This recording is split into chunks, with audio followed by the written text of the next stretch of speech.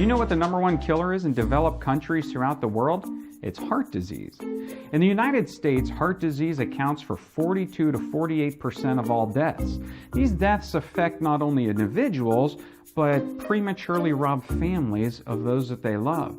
Contrary to popular misconception, heart disease is not just a disease of men.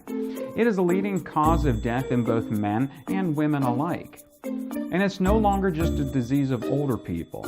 A full 45% of heart attacks occur in people under the age of 65, and 5% strike young people under the age of 40.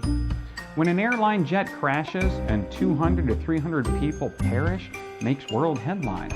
But in the United States alone, an equivalent to more than 10 jumbo jets of people die each day from heart disease. That's an astounding 2,600 people every single day. Why is it that we hear so little about the millions dying of heart disease? Sadly, it's because most people have come to accept heart disease as a normal part of life.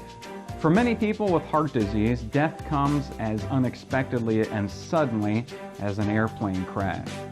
The World Health Organization has stated that worldwide, about 12 million people die every year of heart problems, but up to half of them could be saved if better prevention programs were in effect. While better prevention programs could cut fatal heart disease by about 50%, some research suggests that with the best prevention, we could reduce heart disease deaths by as much as 90%. Simply put, 9 out of 10 heart attacks may be preventable.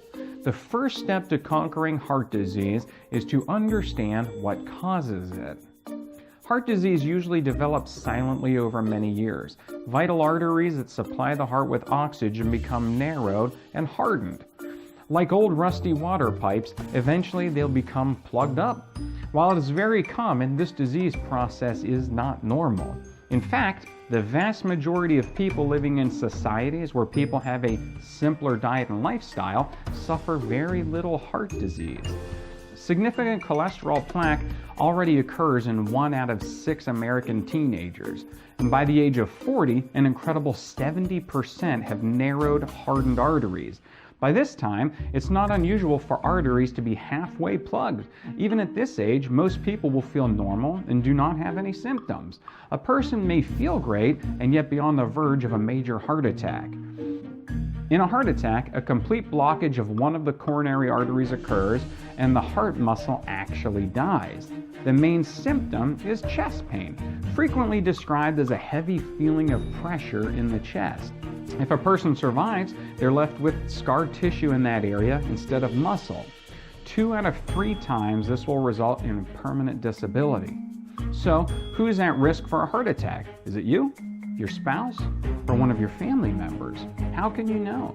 The more risk factors a person has, the greater their likelihood of suffering a heart attack. Let's look at the big 3 risk factors for heart disease. About 30% of cardiovascular deaths are due to smoking. The good news is that those who stop smoking can reduce their risk by up to 75% within just 5 years. And what about high blood pressure? Even small increases in the blood pressure will significantly increase one's risk of heart disease. By simply reducing your blood pressure by 10 points, you reduce your risk by 30%. In many cases, an elevated blood pressure can be corrected with simple lifestyle changes, such as diet and exercise. Overall, high cholesterol is the #1 contributor to heart disease. The higher one's cholesterol, the more rapidly the clogging of the arteries occurs. Notice on this graph that the countries with the lowest cholesterol levels, like Japan, have the lowest rates of heart disease. On the other hand, as cholesterol levels rise, so do the death rates. As you can see, Finland tops the scale with very high average cholesterol and also a very high cardiac death rate. In a serious effort to reduce heart disease in Finland, about 30,000 men and women were convinced to make lifestyle changes. They stopped smoking, lowered their high blood pressure, and decreased their cholesterol intake. The result? The men reduced their deaths from heart disease by more than half, 55%. And the women did even better, reducing their risk by nearly 70%. So how can we improve our cholesterol levels? First, we need to understand which foods contain cholesterol. Many do not realize that cholesterol is only found in animal products such as meat, milk, cheese, and eggs. On the other hand, all plant foods, fruits, grains, vegetables, and nuts are 100% cholesterol-free. By increasing the plant-based food and reducing or eliminating the animal products in our diet, we can reduce our cholesterol levels significantly. Plant foods are also rich in fiber, phytochemicals, vitamins, and antioxidants that work together to help protect us from high blood pressure, obesity, other risk factors for heart disease. What else can we do? Strive to achieve your ideal weight. We have known for many years that being overweight is a risk factor for heart disease. In fact, it increases one's risk by 3 to 5 times. Exercise regularly.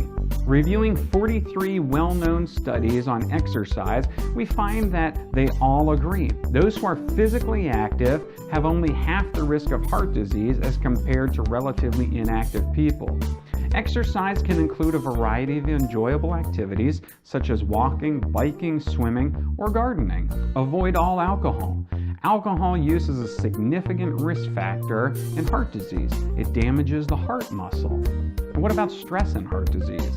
A survey of heart attack survivors found that half of them experienced serious stress within a day prior to their heart attack. These stressful events include deadlines, fights, deaths in the family, and problems with finances or at work. Learning to control stress by trusting God would help to protect us more fully. Someone may say, what about genetics?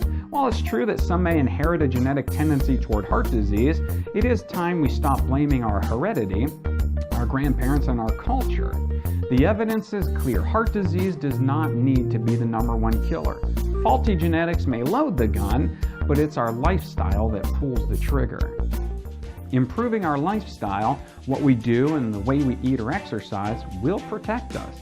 Ultimately, our personal health will be determined by whether we choose to allow ourselves to become chained to appetite and tradition, or to exercise our God-given freedom to live healthfully and experience the best quality of life. Jesus himself said, "I have come that they may have life and that they may have it more abundantly."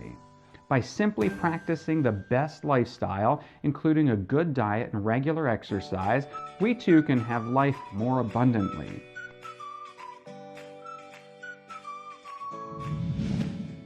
Please like and share what you're learning on social media. Visit and like us on Facebook, visit and subscribe to the YouTube channel, and visit and subscribe to the website for much more free downloadable study material. Thank you, and God bless. This information does not replace your doctor's expertise, and you should not make any changes in your health without first consulting your physician.